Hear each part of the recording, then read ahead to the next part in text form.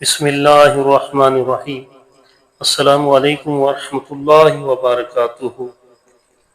معزز سامعین کرام، آپ دیکھ رہے ہیں Hanif voice YouTube Islamic channel, جہاں قرآن و حدیث اور روحانی وظائف کی روشنی میں آپ کی زندگی کے مسائل کا حل پیش کیا جاتا ہے۔ آج ہم آپ کے لیے لائے ہیں عید قربان کی صبح کا ایسا طاقتور وظیفہ جو آپ کی ہر جائز حاجت، رزق، عزت اور خاص طور پر نرینہ اولاد کے لیے نہایت مجرب اور آزمایا ہوا ہے۔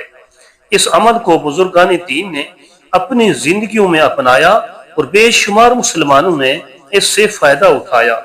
اگر آپ ہمارے چینل پر نئے ہیں تو فوراً سبسکرائب کریں، بیل آئیکن دبائیں تاکہ آپ کو ہمارے وظائف، دعائیں اور اسلامی معلومات بر وقت ملتی رہیں۔ عید کی صبح، فجر اور نماز عید کے درمیان کا وقت انتہائی قیمتی ہوتا ہے۔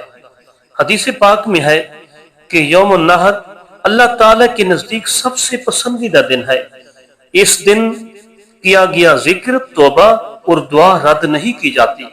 وظیفے کا مکمل طریقہ یہ ہے: فجر کی نماز کے بعد پاکیزگی کی حالت میں بیٹھیں، سب سے پہلے 100 مرتبہ درود ابراہیمی پڑھیں، یعنی اللہم صلی علی محمد وعلی آل محمد کما صلیت علی ابراہیم وعلی آل ابراہیم انک حمید مجید۔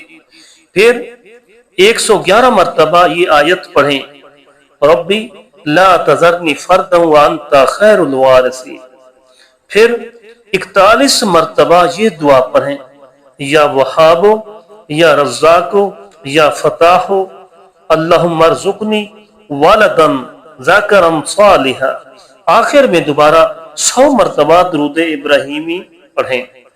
دعا کے وقت دل سے مانگیں، یقین کامل رکھیں۔ اگر ممکن ہو تو قربانی کا پہلا گوشت کسی محتاج کو دیں، کیونکہ صدقہ دعا کی قبولیت میں مددگار ثابت ہوتا ہے۔ حضرت شیخ عبد القادر جیلانی رحمۃ اللہ علیہ فرماتے ہیں، جو اللہ تعالیٰ کو سچے دل سے پکارے اللہ اس سے رد نہیں کرتا۔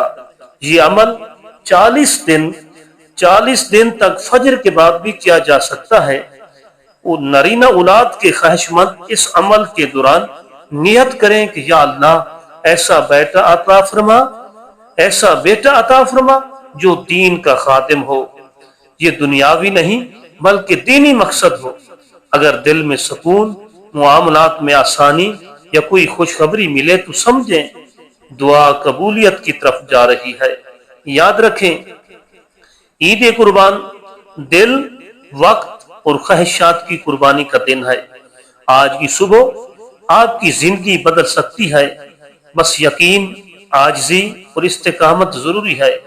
اگر آپ کو یہ ویڈیو پسند آئے تو چینل کو سبسکرائب ضرور کریں، لائک کریں اور کمنٹ میں آمین لکھیں، اور اس عمل کو دوسروں تک پہنچائیں تاکہ سب کو فائدہ ہو۔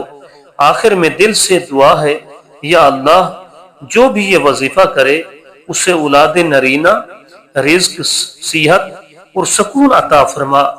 ہماری قربانیاں، دعائیں اور نیتیں اپنی بارگاہ اقدس میں قبول و مقبول فرما۔ آمین یا رب العالمین۔